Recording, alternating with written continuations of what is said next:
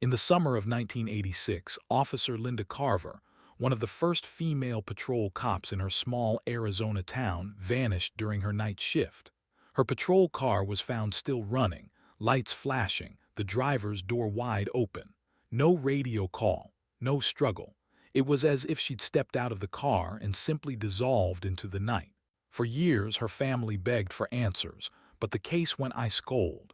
Then, 2 decades later, hikers on the old Silk Road Trail stumbled upon a hidden cave no one knew existed. Inside, they found a single rusted police badge, a decaying leather belt, and something far worse. Authorities sealed off the entire area for weeks.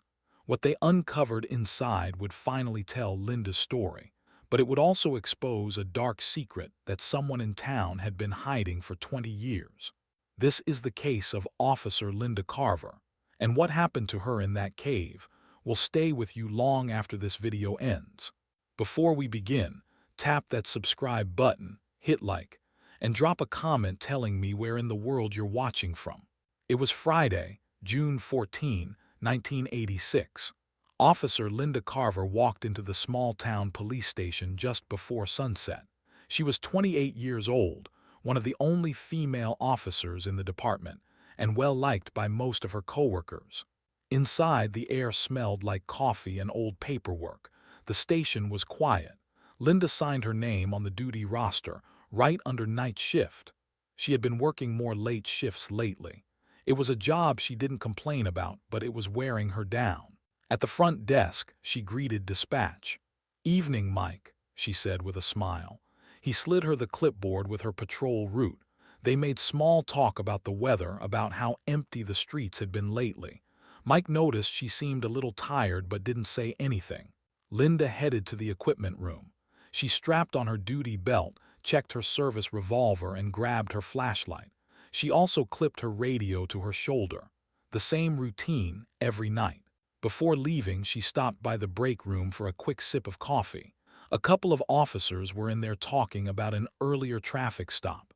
They waved, she waved back. Nothing unusual. Linda walked out to the parking lot. The sky was turning dark. She climbed into her marked patrol car, started the engine, and turned on the dashboard lights. She called in over the radio. "Unit 12 starting night patrol." Mike at dispatch responded, "Copy that, Unit 12. Have a good shift." Linda drove out of the lot, the sound of her tires crunching on the gravel fading into the night. She didn't know it, but this would be the last time anyone at the station saw her alive. The town Linda patrolled was small, only a few thousand people. Most nights were slow. The streets were lined with a mix of small businesses, gas stations, and dusty side roads that led into the open desert.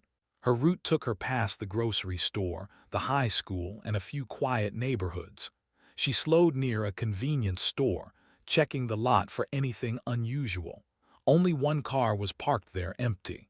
She drove on, the hum of the engine and the faint crackle of the radio filling the silence.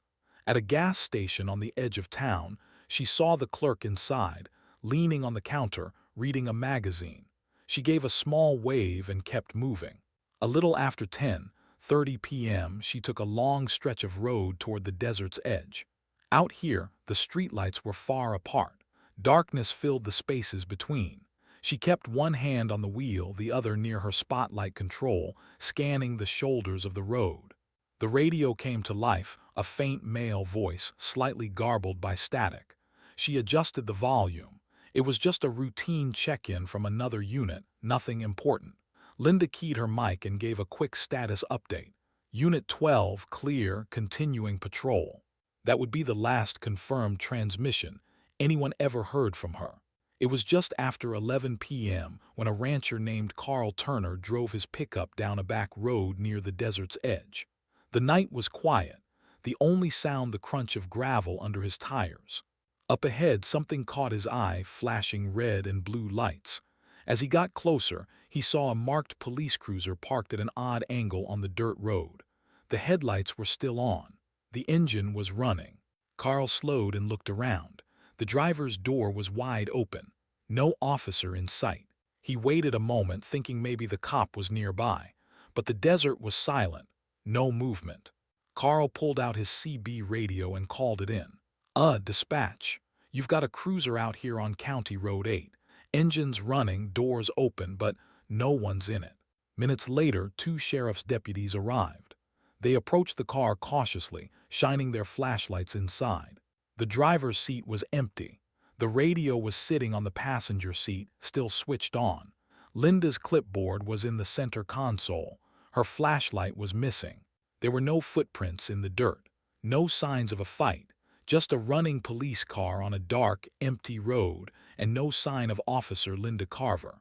Within an hour, the area around Linda's cruiser was swarming with law enforcement. Patrol cars lined the road. Officers fanned out into the desert with flashlights and spotlights. The beams cut across cactus, dry grass, and patches of rocky ground. They called her name again and again. Linda, Officer Carver. But the night gave nothing back. A helicopter circled overhead, its searchlight sweeping the ground.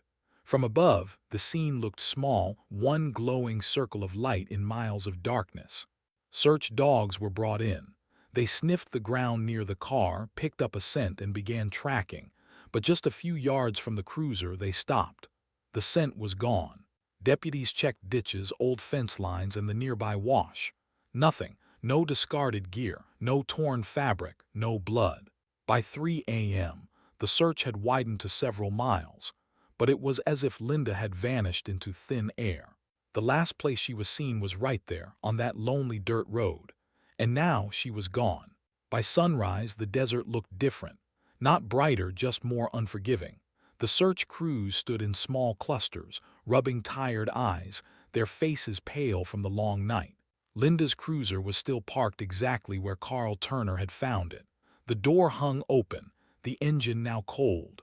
Her radio sat untouched on the passenger seat, a silent witness to whatever happened. The ground around the car had been carefully photographed and examined. No footprints but her own. No tire tracks except the ones she had made pulling up. No cigarette butts, no dropped tools, nothing. It was as if the night itself had swallowed her whole. Detectives from the county sheriff's office had arrived just after dawn. They moved slowly around the scene, speaking in low voices. Their faces gave nothing away, but their eyes kept returning to the same unsettling facts. No sign of a struggle, no direction of travel, no physical evidence at all. One detective, leaning against his unmarked sedan, whispered to another, if she was grabbed, they were pros. If she wasn't grabbed, then she walked away on her own. That possibility hung in the air like desert heat. Linda wasn't just any officer. She was a respected, well-liked member of the department. She'd been on shift, in uniform, patrolling her usual area. There was no reason she'd abandon her post. And yet, word of her disappearance had already reached the rest of the department. Radios crackled with chatter. Off-duty officers began showing up, still in jeans and t-shirts, ready to join the search. Some thought it had to be an ambush. Others said maybe she'd seen something, someone that had drawn her out into the desert. A few quietly wondered if the pressures of the job or something in her personal life had pushed her to leave without telling anyone. No theory made perfect sense.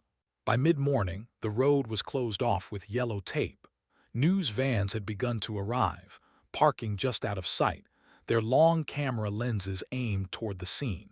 A captain gave a brief statement. "We are doing everything possible to locate Officer Carver.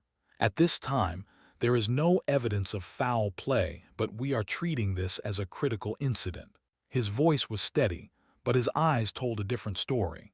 Somewhere between 10:47 p.m. when she last called in and 11:15 p.m. when the rancher spotted her cruiser, Linda Carver had vanished. No one knew how. No one knew why. And as the sun climbed higher, the mystery was only beginning to tighten its grip. Detectives didn't waste time. That same morning, they split into teams, knocking on doors across town. They talked to anyone who might have seen Linda's cruiser that night. At the station, her coworkers gave statements. Most said they knew nothing, but a few details didn't line up. One officer claimed he saw her at a gas station around 11 p.m. Another swore she radioed in after midnight, a time that didn't match the logs. Rumors started swirling. Some residents whispered that Linda had been getting strange calls at work. Others said she was on edge lately. But the most persistent rumor was darker, that Linda had been marked. She was one of the only female officers in the entire county, and not everyone liked that. Detectives followed every tip, no matter how thin. One lead took them to a remote trailer park where a man claimed Linda had stopped by days earlier. He said she asked about someone named Rico, but when pressed, he clammed up and refused to talk more. Another lead pointed toward an ex-boyfriend. Detectives tracked him down, but his alibi checked out. Still, they noticed he avoided saying Linda's name, like it was too heavy to speak. By the end of the first week, detectives had pages of notes but no real answers. The same names kept coming up: people with grudges, people who didn't trust her, people who said they heard things but wouldn't go on record. Some officers quietly admitted they were worried this case wouldn't get solved. There was no clear suspect, no ransom note, no proof she'd even left the dirt road alive. The deeper they looked, the more the facts blurred. At Linda's childhood home, her parents sat in the living room, surrounded by framed photos of her in uniform. Detectives came and went, asking the same questions over and over. Did she seem stressed? Did she ever mention threats? Did she talk about quitting? Her father always answered firmly. She loved her job. Her younger sister, barely out of high school, stayed quiet. She just stared at the front door, like Linda might walk in any second. The press had set up camp outside the house. News vans lined the street, their satellite dishes pointed at the sky. Reporters shouted questions whenever the family stepped outside. Linda's mother started keeping the curtains closed, but her father kept one thing open: the porch light. Every night, as soon as the sun went down, he switched it on. "So she can find her way home," he said. Days turned into weeks. The phone rang constantly, but it was always a detective or a reporter, never Linda. The family tried to stay hopeful, but each day without news felt heavier. Her father began sleeping in his chair by the window, facing the street, just in case. The search for Linda stretched into the far corners of the county. Day after day, deputies walked shoulder to shoulder through the desert, eyes fixed on the sand. They brought in tracking dogs from 2 towns over. The handlers let the dogs sniff Linda's spare uniform and badge. The dogs pulled hard on their leashes, circling the area near her cruiser, but then stopped cold. It was like she had just vanished into thin air. Detectives checked every abandoned shed and broken down shack in the area. They pried open rusted doors and swept their flashlights inside. Most were empty except for sand, weeds, and old junk. Still, each one gave them a moment of hope, and then disappointment. They probed dozens of dry wells, lowering cameras and mirrors into the darkness. Nothing. At one point, they even drained a small reservoir a few miles away. When the water dropped, all they found was trash, old tires, cans, and a bicycle frame. Every time a deputy called out that they'd found something, everyone rushed over. And every time it turned out to be nothing: a scrap of fabric from an old shirt, a bone from a cow, a shoe lost years earlier. The days turned into weeks. The desert sun beat down. Faces grew red and tired. Boots wore thin. Still, no one stopped searching. Not yet. As the weeks passed, talk in town grew louder and uglier. Everyone had a theory about what happened to Linda. One group believed she'd been abducted. They thought she must have pulled someone over that night, maybe a dangerous stranger, and been overpowered. The fact that her cruiser's lights and engine were still on made them sure of it. "Someone took her," they'd say. "It's the only thing that makes sense." The other camp saw it differently. They whispered that Linda might have been hiding something. Some claimed she'd been acting strange in the days before she vanished. Rumors linked her to drug cases, personal grudges, even whispers about police corruption. None of it was proven, but that didn't stop the talk. Stories spread faster than the detectives could knock them down. In diners, people leaned across booths, lowering their voices. At the grocery store, neighbors stopped in the aisles to trade the latest gossip. The smallest detail, real or imagined, became proof for someone's theory. The division didn't just stop with strangers. Even friends argued over what they thought had happened. It got to the point where some people stopped talking to each other entirely. For detectives, the noise was a problem.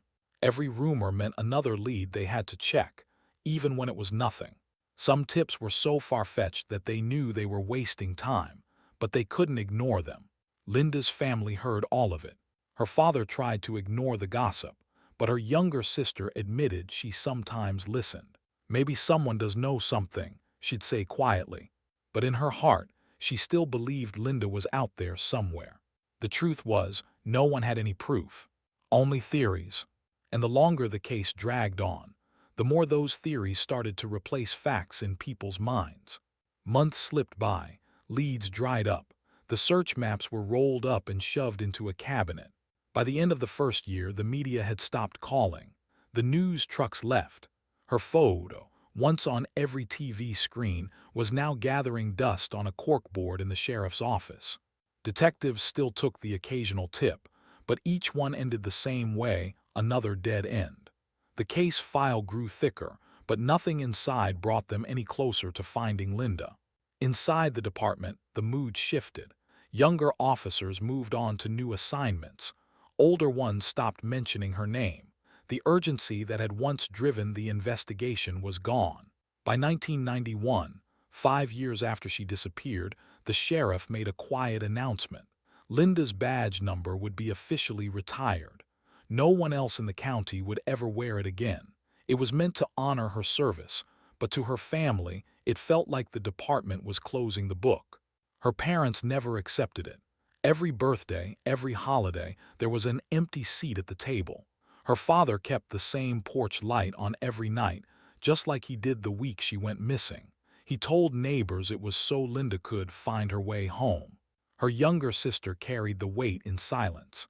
She was in high school now, but she still kept Linda's old sweater folded in a drawer. The smell was gone, but she couldn't bring herself to wash it. By the early 90s, the town had all but stopped talking about her. Some claimed they didn't remember the details. Others said it was better not to dwell on it. Officially, Linda Carver's case was now cold. Unofficially, for her family, that night in 1986 never ended. They were still living inside it, trapped in the same unanswered question. What really happened to her? The Silk Road Trail was nothing like the historic trade route overseas.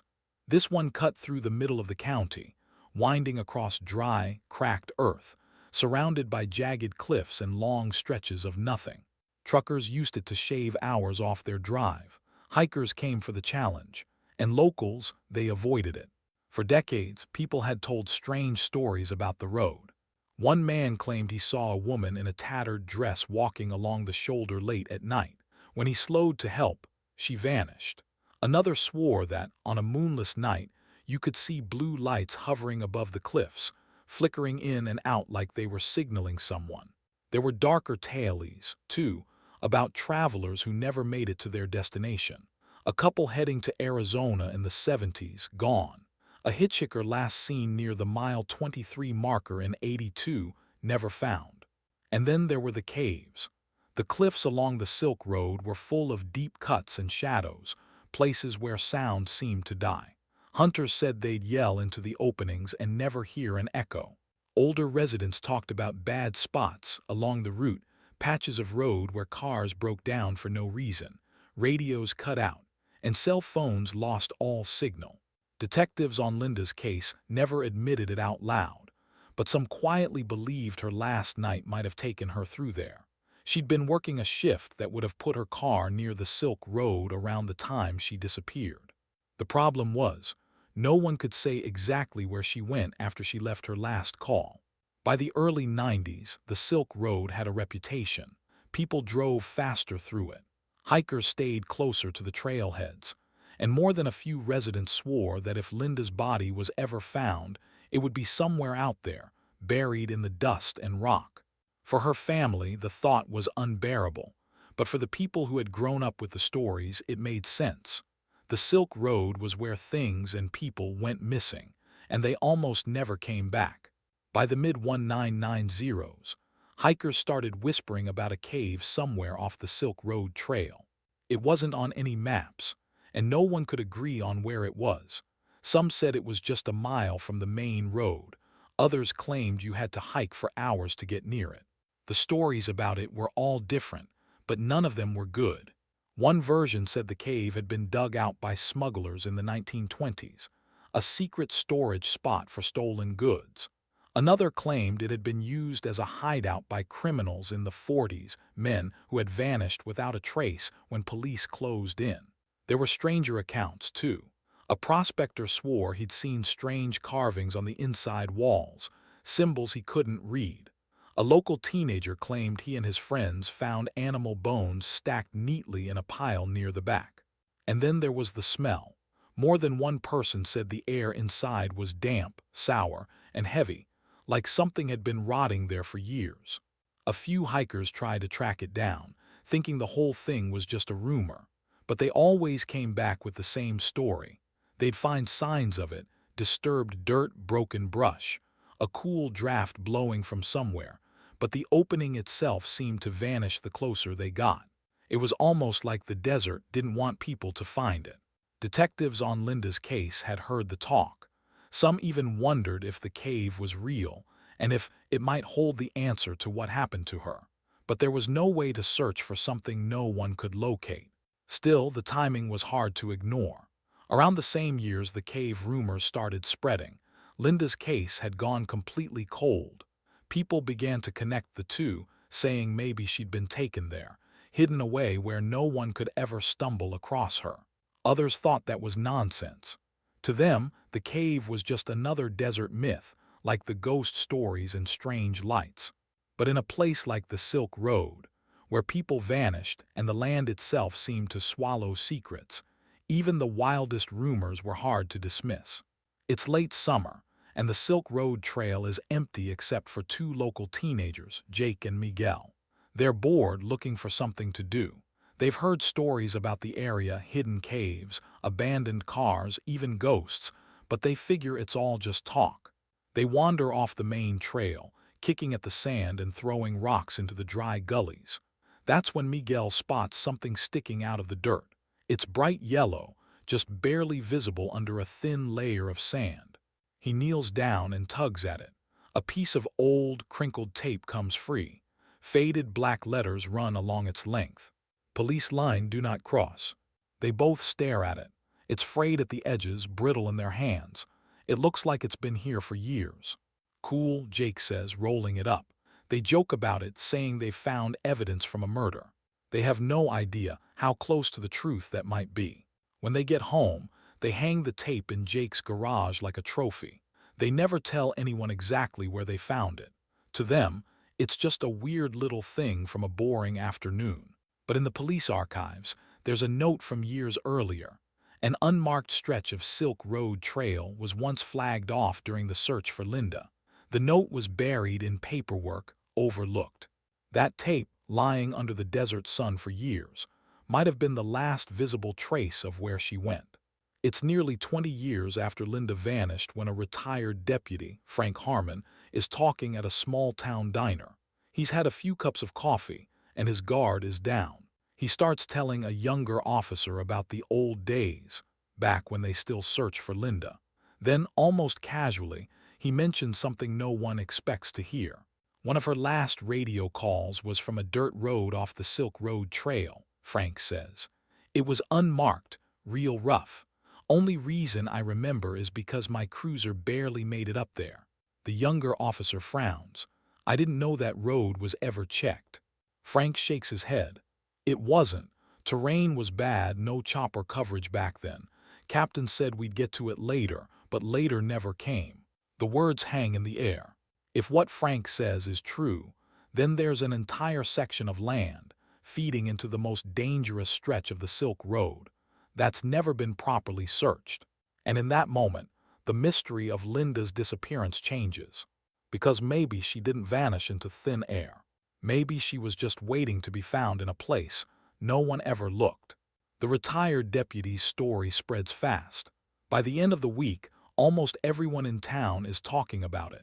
People gather in diners, hardware stores, and gas stations, trading theories like they're pieces of a puzzle no one can finish. The biggest question was the mysterious cave where Linda ended up. Some locals say yes, that she must have stumbled onto something she wasn't supposed to see. Maybe she followed someone into the cave. Maybe she was taken there. Others say no, that the whole cave story is just desert gossip, a mix of half-truths and old campfire tales. Still, it's enough to pull in a new kind of searcher. Amateur sleuths, locals, weekend hikers, even a few YouTubers start showing up. They bring maps, metal detectors, and drones. Some walk the trail for hours, veering off into the brush when they see any hint of a shadow that might hide an opening. But the desert has a way of guarding its secrets. Every lead turns into a dead end. Every found cave is either too small, already known, or empty. A few searchers even get lost, needing rescue themselves. The sheriff's department stays quiet. Officially, there's nothing to these rumors. Unofficially, some deputies admit the Silk Road Trail still makes them uneasy. Weeks pass, the amateur searchers leave, the desert falls silent again.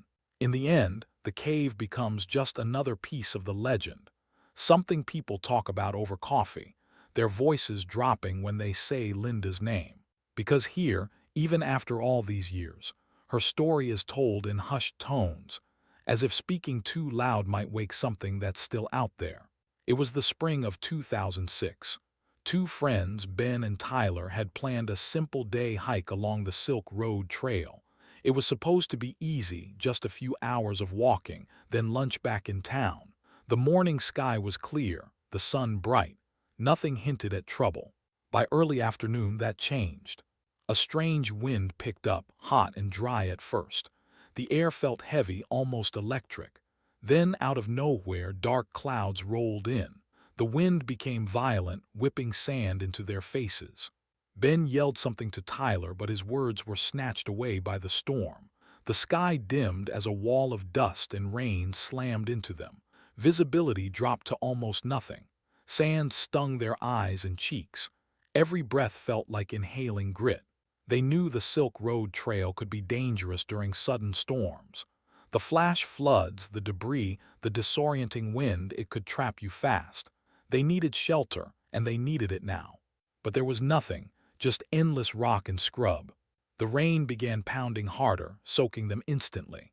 Their clothes clung to their skin, making it harder to move. The ground turned slippery, small streams of muddy water rushing around their boots. Ben tried to keep his bearings, but the trail markers were gone in the haze. The storm howled, and the desert looked alien, shapes twisting in the swirling dust and rain. Tyler pointed to a cluster of boulders ahead. Maybe there was an overhang, something to hide under. They pushed forward, heads down against the wind. Lightning cracked overhead, followed by a deep, rolling boom. The air smelled like ozone and wet dust. The storm was getting worse. They stumbled toward the rocks, but there was no safe ledge, no dry space. Just more wind and water. Ben's heart pounded. He knew they couldn't keep wandering. Hypothermia could set in quickly, even in the desert when wet clothes met strong wind. Then Tyler shouted and pointed again, this time to their right. Through the sheets of rain, Ben saw it, something different in the rock wall up ahead. It was small, almost hidden by shadows and brush. They didn't know it yet, but this was the moment that would change everything. The cave was so quiet they could hear their own breathing. The air felt heavy, like no one had been inside for years. One of the hikers aimed his flashlight at the floor. The beam caught something strange, a faint shimmer under a thin layer of dirt. He knelt down and brushed at it with his fingers. The sand fell away to reveal a piece of metal, tarnished and rusted.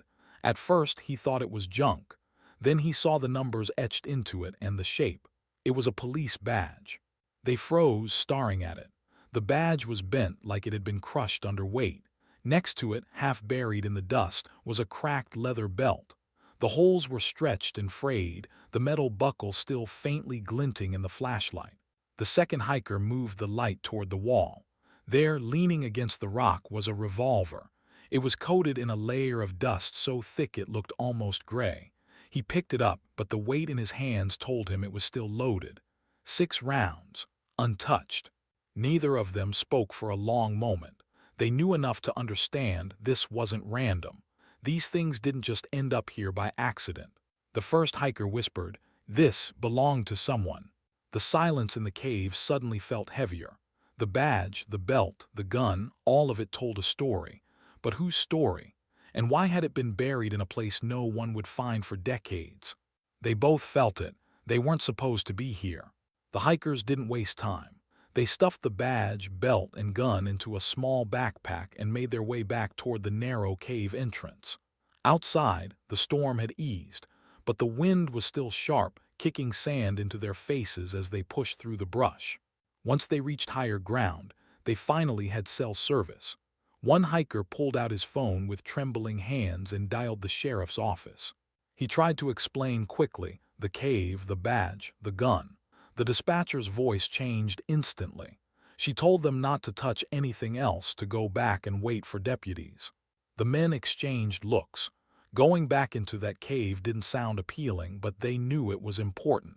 They retraced their steps, leaving the bag outside this time. Less than an hour later, the sound of engines broke the stillness. A convoy of sheriff's trucks pulled up, lights flashing. Deputies in heavy jackets and gloves climbed out, moving quickly. One of them ordered everyone back as they unrolled bright yellow police tape, stretching it across the brush. The hikers stood off to the side, watching as the cave entrance became a crime scene. Cameras flashed inside the darkness. Evidence bags rustled. The badge, belt, and revolver were placed carefully into separate containers. A detective stepped over to the hikers. His tone was calm, but his eyes were locked on them. "You may have just opened up a case we thought was gone forever," he said. Neither hiker replied. The storm had passed, but the weight of what they'd found still hung in the air. The next morning, the trail near the Silk Road Cave is locked down tight. Sheriff's trucks and unmarked SUVs line the dirt road. Yellow police tape flaps in the wind. A few curious locals gather at a distance, whispering. Around 8 a.m., two crime scene vans pull up. 4 investigators step out, each wearing white coveralls, gloves, and masks. They walk straight to the cave without saying a word. Inside, it's silent except for the crunch of boots on loose rock. The air is cool and stale. They crouch where the hikers had found the badge, the belt, and the revolver. One tech photographs everything from different angles. Another carefully lifts each item into separate evidence bags. The revolver is still loaded, the cylinder frozen with rust. For a while, it's just methodical work. Flashbulbs pop. Brushes sweep away dirt. Then, one of the investigators freezes. His flashlight beam has landed on something at the back of the cave. The others crowd around. They kneel, work quietly, and start pulling away small rocks and packed dirt. Bit by bit, something long begins to take shape. They speak in low voices, their expressions hidden behind masks. After nearly an hour, they back away. One of them steps outside and calls to the van. Moments later, 2 more techs appear, carrying a large black tarp. Whatever's in the back of that cave is carefully wrapped layer after layer of heavy plastic. It takes all 4 of them to lift it. The shape is long, uneven, and clearly heavy. As they bring it out into the daylight, every deputy and bystander goes quiet. You could hear the wind whistling over the rocks. No one asks what's inside. They all seem to know it's not good. The tarp is loaded into the back of the van. The rear doors slam shut. The driver climbs in and pulls away without sirens, heading straight toward the county medical examiner's office. One deputy lingers, standing at the mouth of the cave, looking back inside. He shakes his head slowly before ducking under the tape. By the time the vans are gone, the only signs anything happened are a few deep boot prints in the sand, and the whispers spreading through town. Nobody will say what was in the tarp, not yet. But in a place like this, rumors grow fast, and every single one of them now has Linda's name in it. The cave was quiet, except for the crunch of boots on dry earth. 3 investigators moved carefully inside, their flashlights sweeping across the narrow space. The air was stale, heavy with dust. One of them started setting down small yellow evidence markers, while another clicked pictures. The flash from the camera lit up the jagged rock walls for a split second before fading back into darkness. Then the beam from one flashlight froze. "Over here," an investigator called. Against the far wall, partly buried under loose dirt and small stones, was a human skeleton. The bones were brown and brittle, the spine curved slightly like it had collapsed forward.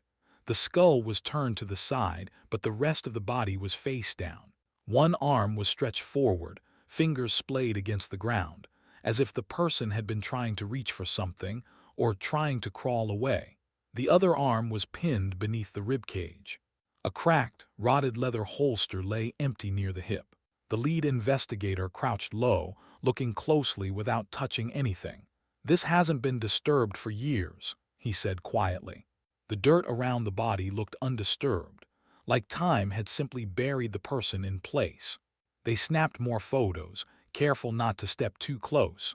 Every movement was slow and deliberate. Outside the cave, deputies waited, their radios crackling softly in the wind. They didn't know yet what was inside, but the faces of the investigators when they finally emerged would tell them everything. For now, the skeleton stayed where it had been for decades, face down in the dirt, frozen in that final position.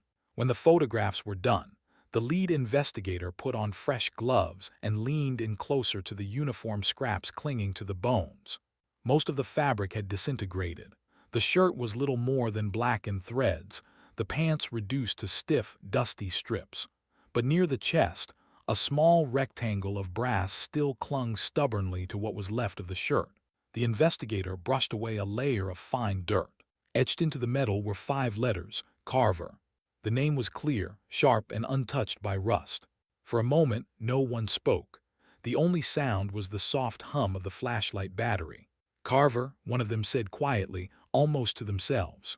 The name traveled through the team without a word. They all knew who Carver was, a police officer, missing for 2 decades. One of the investigators swallowed hard and stepped back, looking down at the skeletal figure.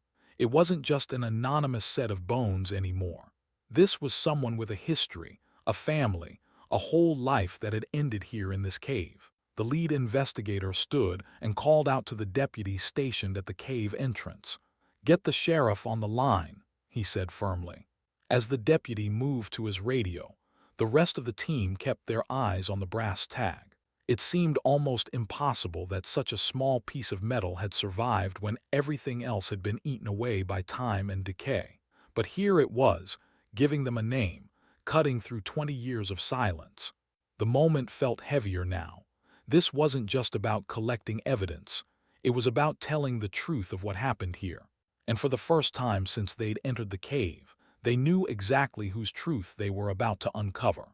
The medical examiner works quickly, bagging the bones and tagging each item found in the cave. A week later, the results come back.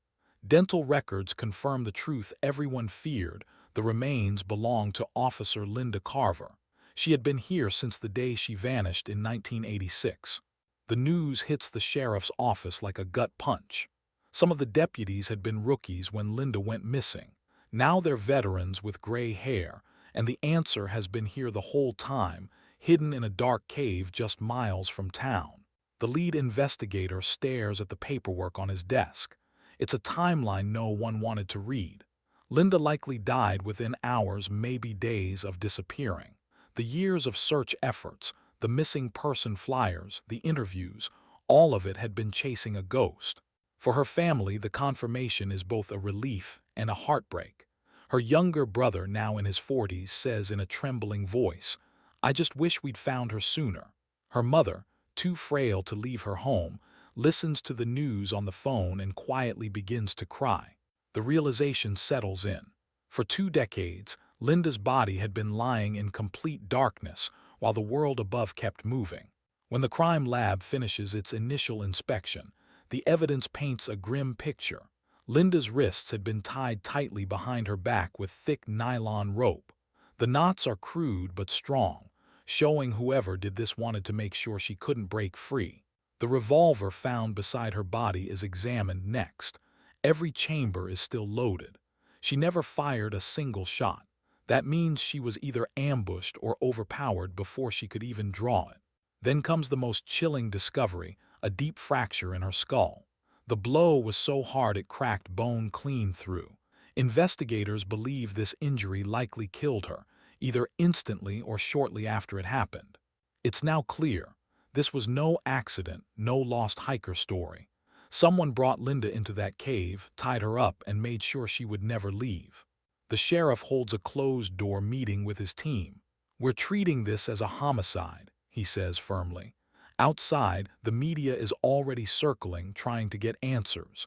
But for now, the department stays silent. Linda Carver's disappearance is no longer a mystery. It's a murder case, and after 20 years, the killer might still be out there. While photographing the scene one last time, a technician spots something half buried beneath a small pile of rocks near Linda's remains. It's a torn page, the edges curled and brittle from years underground. The paper is worn thin, but still intact enough to read. They slip on gloves and lift it carefully. Faded lines of blue run across the yellowed sheet, and in the center, written in shaky, almost trembling handwriting, is a single word. "Sorry." The detectives freeze. In a case filled with cold facts and silent evidence, this single word feels loud, almost deafening. It's not typed. It's not neat. It looks rushed, desperate, and very human. Who wrote it? Was it Linda herself in the last moments of her life? Was it someone else, someone who came back here after everything happened? And if it was the killer, why leave it at all? Theories start flying in the dim cave light. One detective suggests it could be a suicide note. Another quickly rejects that Linda's hands were tied, her skull fractured. This wasn't self-inflicted. Someone else was here and they had control.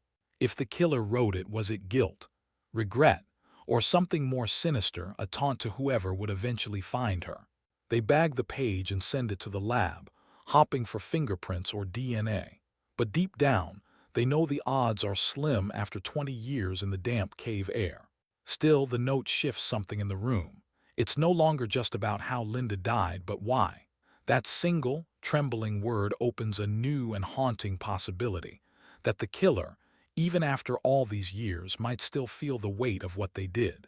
Somewhere out there, sorry has a name, and the detectives intend to find it. After the coroner confirms the bones belong to Linda Harris, the sheriff's office knows the case can't stay in a box anymore. This isn't just a missing person file, it's a homicide. Detectives pull every folder, every photograph, every scrap of evidence from 1986. The paper is yellowed, the ink faded, but the story is still there. Only now they have tools the original team never had: DNA testing, advanced ballistics, even digital enhancements for old photos. The first step is to speak with the people who worked with Linda back then. Many are retired now, living quiet lives, but their memories might still hold details that never made it into the reports. The conference room fills with gray-haired men and women in faded uniforms, some holding coffee like they need it for courage. One by one, they talk about Linda, how she was tough, professional, but had a habit of pushing into cases other officers didn't want to touch. Detectives start noticing gaps in the old statements. Back in 1986, everyone's timeline seemed to fit neatly, too neatly. Now, with sharper questions, cracks appear. One officer recalls seeing Linda's cruiser parked near an abandoned service road that night, something she never reported. Another admits there were rumors she had been working an off-the-books investigation, possibly tied to someone inside the department. The old evidence bags are opened again. Fibers, scraps of paper, and a few personal items Linda always carried. One detective points out that her radio log ends suddenly, mid-shift. There's no sign-off, no 10-7 to mark the end of duty. By the end of the week, the case board is covered in names, photos, and dates. Red string ties events together, leading to one disturbing conclusion. The person who last spoke to Linda might not have been a stranger at all, and whoever it was might still be alive. Detectives call in Sergeant Ray McCullen, now in his late 60s. Back in 1986, he was Linda's supervisor. His file says he gave a full statement, claiming he had no contact with her the night she disappeared. Sitting across from him now, the lead detective starts simple. When was the last time you spoke to Officer Harris? McCullen leans back, arms crossed. Wasn't that night. I didn't see her at all. But the detectives already know this isn't true. A surviving radio log from the night shows a call at 9:14 p.m., Linda checking in with her location. The last voice she responded to was McCullen. They slide the log across the table. His eyes drop for a split second before he forces a small smile. Could have been routine. I don't remember. It's a weak answer, and the detectives know it. When asked where he was after that radio call, McCullen says he went straight home, but old shift records show he clocked out almost 2 hours later. The room grows tense. The detective doesn't accuse him, not yet. Instead, they thank him for coming in and let him walk out. As soon as the door closes, one detective writes a note in bold red ink on his file. Possible last contact, recheck alibi. The quiet suspicion in the room has now turned into a clear target. The search team moves carefully through the old two-story house. Most of the furniture is covered in dust sheets, the air thick and stale. They're looking for anything that could link Ray McCullen to Linda's disappearance. In the attic under a slanted roof, one detective spots a stack of storage boxes. Some are filled with old uniforms, service patches, and faded commendation certificates. But one box is different, plain brown cardboard, unmarked. When they open it, they find a mess of random items. A pair of binoculars, a cracked flashlight, and some yellowed envelopes. Then, at the very bottom, is a single photograph. It's small, curled at the edges, and clearly taken decades ago. In it, Linda is walking down a sidewalk in plain clothes. She's not smiling. She's not posing. She doesn't even seem to know the photo is being taken. The background shows a downtown street, probably near the station. The image is zoomed in, like it was taken from far away. The detectives exchange uneasy looks. This isn't a normal keepsake. It's the kind of candid shot that makes the hair on your neck stand up. They bag the photo and label it as evidence. Back at the station, the team studies it under better light. The grainy image only makes it more unsettling. Why would McCullen have a secret photograph of Linda, and why hide it in his attic for over 20 years? The lead investigator calls it what everyone is thinking. This is not a coincidence. The photo is added to the growing pile of evidence, suggesting McCullen wasn't just connected to Linda. He may have been watching her long before she vanished. Once the photo is logged, detectives widen their net. They start calling former officers, dispatchers, and clerks who worked with both Linda and McCullen. Several remember a specific incident, one that happened just a few weeks before Linda disappeared. She had filed an internal harassment complaint against McCullen. Back then, it was rare for an officer, especially a woman, to speak out. The complaint wasn't public, but inside the department, word got around fast. A retired patrolman recalls seeing McCullen storm out of the captain's office after a closed-door meeting. His face was red, the man says. He wasn't just upset, he was furious. Another former colleague says McCullen stopped talking to Linda completely after that day. He avoided her in the halls, but his glare followed her everywhere. No one confronted him, not in 1986. He was a respected sergeant, and challenging him could mean career suicide. But the memory of his anger stuck with people. Now, decades later, those same people are willing to speak. And what they're saying paints a very different picture of the man who claimed to know nothing about Linda's fate. The nylon rope that had bound Linda's hands had been sitting in the evidence locker for weeks, waiting for the right test. Now, with new technology, forensic experts were able to pull tiny fibers from it and compare them to samples from old police storage. Detectives had gotten a warrant to search McCullen's old police locker.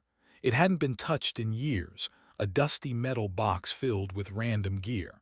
At the bottom, rolled up and tucked under a stack of uniforms, they found a coil of nylon rope. It looked almost identical to the one from the cave. Same color, same thickness, but looks weren't enough, they needed proof. The rope samples went to the lab. Under a microscope, the fibers matched perfectly. The twist pattern, the wear marks, everything lined up. Even the manufacturing batch number embedded in the strands was the same. It meant both ropes had come from the exact same spool. When the results came back, detectives didn't speak for a moment. This wasn't just a coincidence. It tied McCullen directly to the cave where Linda had died. They reviewed the timeline again. He was the last person to radio her. He had lied about seeing her that night. He had a hidden photo of her. He had a motive, the harassment complaint. And now, the rope in his locker matched the rope on her wrists. For 2 decades, Linda's case had been a cold mystery. Now, the pieces were locking together. The lead detective closed the folder and looked at the team. "We have enough," he said quietly. Within hours, a warrant was signed. Officers moved in. The man who had once worn the same uniform as Linda was about to be arrested for her murder. It was 2007, more than 20 years after Linda's disappearance. By now, the evidence against Ray McCullen was overwhelming. The rope match, the hidden photo, the lies in his statements. Prosecutors were ready to take him to trial for first-degree murder. McCullen knew what that meant. If the jury convicted him, he could face the death penalty. His lawyer pushed him to take a deal, plead guilty to murder, avoid execution, and instead serve life in prison without parole. At first, McCullen resisted. He had spent decades denying he had anything to do with Linda's death. Admitting it now would destroy the last bit of control he had. But the more his lawyer laid out the evidence, the clearer it became. There was no way out. Finally, after a long pause, McCullen agreed. The prosecutors had one condition. He had to tell them in detail exactly what happened the night Linda vanished. No lies, no half-truths. Sitting in a small interview room, McCullen leaned back in his chair. His hands were cuffed to a metal loop in the table. A recorder clicked on. "Tell us what happened," one detective said. McCullen's voice was low at first, almost like he didn't want the words to come out. But as the minutes passed, he began to speak more clearly. He described where he was that night, why he had been on the same stretch of highway as Linda, and how he had followed her after she pulled over. Everyone in the room stayed silent. No one interrupted. They just let him talk. The details that came out would confirm the worst fears Linda's family had carried for decades. And for the first time since 1986, they would finally know the truth. McCullen said that night started like any other. He was off duty, driving home in his personal car, when he saw Linda's cruiser parked on the side of the highway. He slowed down and pulled over behind her. Linda got out, clearly surprised to see him. She asked what he was doing there. That's when McCullen brought up the harassment complaint she had filed against him weeks earlier. He told her she had ruined his career, that other officers were talking behind his back, and that he was going to set the record straight. Linda didn't back down. She told him she had every right to file that report and that she was tired of him bothering her. Her voice was firm, but McCullen could see she was nervous. The argument got louder. McCullen stepped closer, his anger boiling over. He accused her of lying, of trying to destroy him. She told him to get back in his car and leave, or she would call it in. That's when something inside him snapped. He grabbed his heavy police flashlight from his belt and swung it. The metal end struck the side of Linda's head with a sickening thud. She dropped instantly, collapsing onto the gravel shoulder. For a moment, McCullen just stood there, breathing hard, staring at her motionless body. He later claimed he didn't mean to kill her, that it just happened, but the damage was done. The night that had started with an argument had just turned into a murder. McCullen takes a slow breath before speaking. His voice is calm, but his words make the room tense. After hitting Linda, he says he stood there for a moment, staring at her. She wasn't moving. He assumed she was gone. But instead of calling for help, McCullen made a decision that would define the rest of his life. He grabbed nylon rope from his trunk and tied her hands tightly behind her back. Then, lifting her under the arms, he dragged her to his patrol car. He says the whole time, he was afraid someone would see him. He drove down a narrow dirt road toward the Silk Road Trail, a place he knew well from years of hiking. About a mile in, he stopped. He pulled Linda's body from the car and carried her through the trees. It was late, the wind was picking up, and the sky had turned almost black. He reached a small cave hidden in the hillside. McCullen says he chose it because no one went there, not hikers, not hunters. It was the perfect place to hide something. Inside it was cold and damp. He laid Linda on the ground, still with her hands tied. He didn't check for a pulse. He didn't try to help. McCullen says his plan was to come back later when things had calmed down and move her somewhere no one would ever find her. But that night, a heavy storm rolled in. The rain turned the dirt road into mud, and the trail became slippery and dangerous. For days, the weather stayed bad, and after that, police patrols and search parties flooded the area. McCullen says he couldn't risk going back without being seen. So Linda stayed there in that dark, wet cave alone. When McCullen says his next sentence, the air in the room changes. He admits he was wrong. Linda wasn't dead when he left her in the cave. He says that as he was walking away that night, he heard a faint sound, a low, shallow gasp. He froze, realizing she was still breathing. McCullen claims he panicked. He didn't want to get caught. He didn't want to lose his career or go to prison, so he kept walking. No one in the room speaks. Detectives just stare at him. McCullen goes on, describing how he drove away, leaving Linda tied up on the cold cave floor. She had a fractured skull. She couldn't move her arms, and the cave was pitch black. He says he told himself she wouldn't survive long. Maybe she'd already be gone before the night was over. He didn't know exactly how many hours she lived, but he's certain she died before morning. The investigators picture it, Linda lying there in the dark, the sound of rain outside, no way to call for help. She was conscious enough to feel the pain, to feel the cold, and to realize no one was coming. By the time the search teams reached the area days later, the cave had already become her grave. McCullen doesn't cry. He doesn't apologize. He just says, "That's what happened." Linda's family gathers at the small church on a cold spring morning. The pews are full, officers in dress uniforms, old friends and neighbors who never forgot her. Outside, the flag flies at half-staff. It's been 20 years since Linda vanished, but today, she is finally coming home. Her remains, recovered from the cave, are in a flag-draped coffin at the front of the room. 2 officers stand guard, motionless on either side. The chaplain speaks softly, telling stories of Linda's kindness, her laugh, and how she was always the first to help. Some in the crowd wipe away tears. Others just stare, still trying to process the truth they learned only weeks ago. Her parents sit in the front row, hands clasped tightly. They look older, worn down by decades of wondering. But there is something in their faces now, not joy, but a kind of peace. They finally know what happened. After the service, the coffin is carried outside. A police honor guard lines the walkway. Bagpipes play a slow, mournful tune. As the coffin passes, officers raise their hands in salute. At the cemetery, the final words are said. Linda's name is carved into the memorial wall for fallen officers. The 20-year mystery is over.